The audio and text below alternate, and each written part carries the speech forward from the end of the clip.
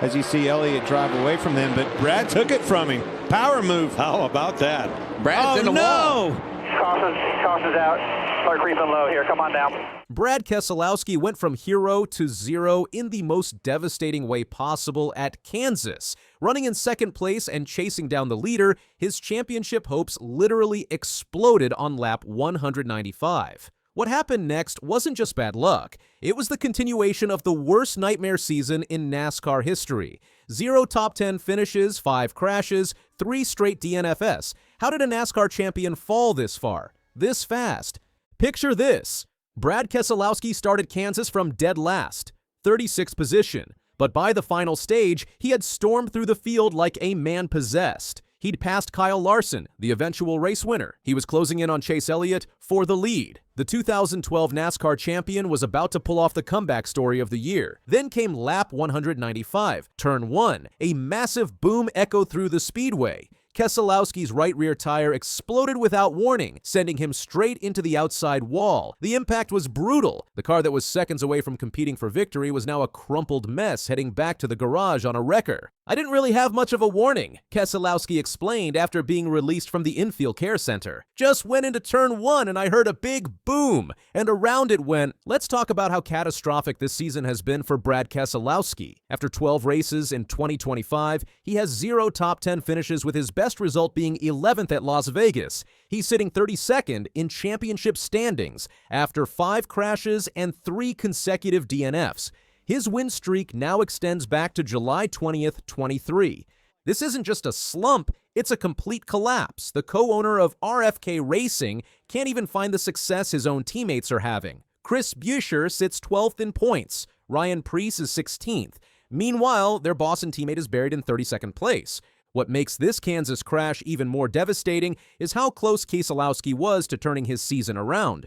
Starting from the very back, he methodically worked his way forward, showing the skill that made him a champion. He was running lap times comparable to the leaders. He had just powered around Kyle Larson and was hunting down Chase Elliott. "It was a good day," Keselowski said, trying to stay positive. "It was going to be a great day. Felt like we had a shot to win with our Ford Mustang. Pretty car, but it's not pretty anymore." The timing couldn't have been worse. With just 73 laps remaining, Keselowski was in prime position for his first win in nearly 2 years. Instead, he finished 37th out of 38 cars. This Kansas crash wasn't an isolated incident. It's part of a disturbing pattern that's defined Keselowski's 2025 season. He's had 3 straight DNFs at Kansas, Texas, and Talladega, all ending with early exits.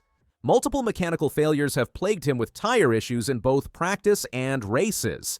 Even when he's not at fault, disaster finds him.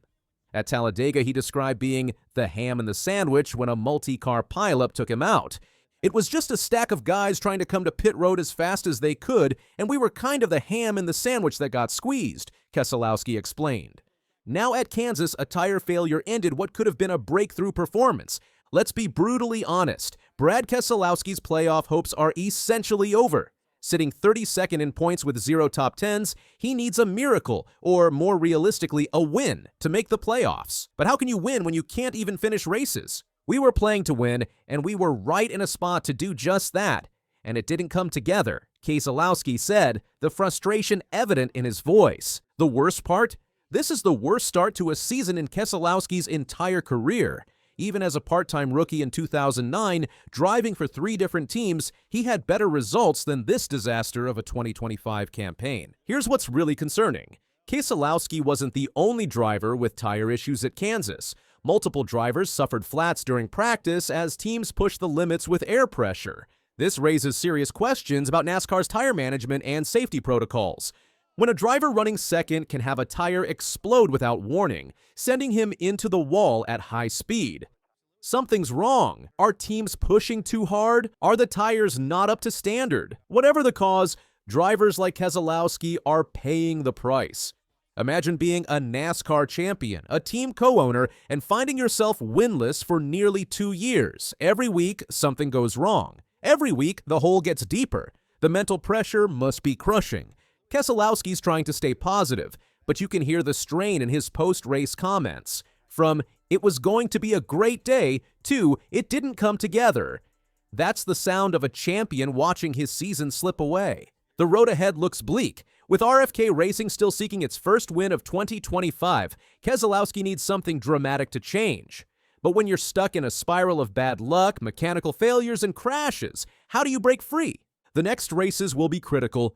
Can Keselowski finish a race without disaster striking? Can he finally score that elusive top 10? Or will this nightmare season continue to spiral out of control? Brad Keselowski's struggles represent more than just one driver's bad season.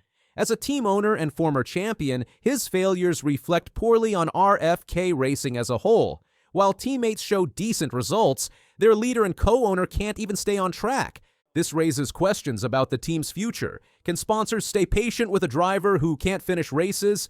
Can a team maintain morale when their boss is constantly in the garage with a wrecked car? Brad Keselowski's Kansas disaster wasn't just a blown tire. It was the perfect symbol of everything wrong with his 2025 season. From second place to the scrap heap in one explosive moment.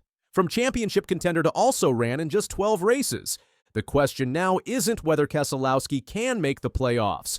That ship has sailed. The question is whether he can salvage any dignity from this disaster of a season. At 41 years old, with his worst career start ever, Brad Keselowski isn't just fighting for wins anymore. He's fighting to prove he still belongs in NASCAR's elite level. Can the 2012 champion find his way back, or is this the beginning of the end for one of NASCAR's most accomplished drivers? Let us know what you think in the comments. And hit that subscribe button for more NASCAR coverage as this shocking season continues to unfold.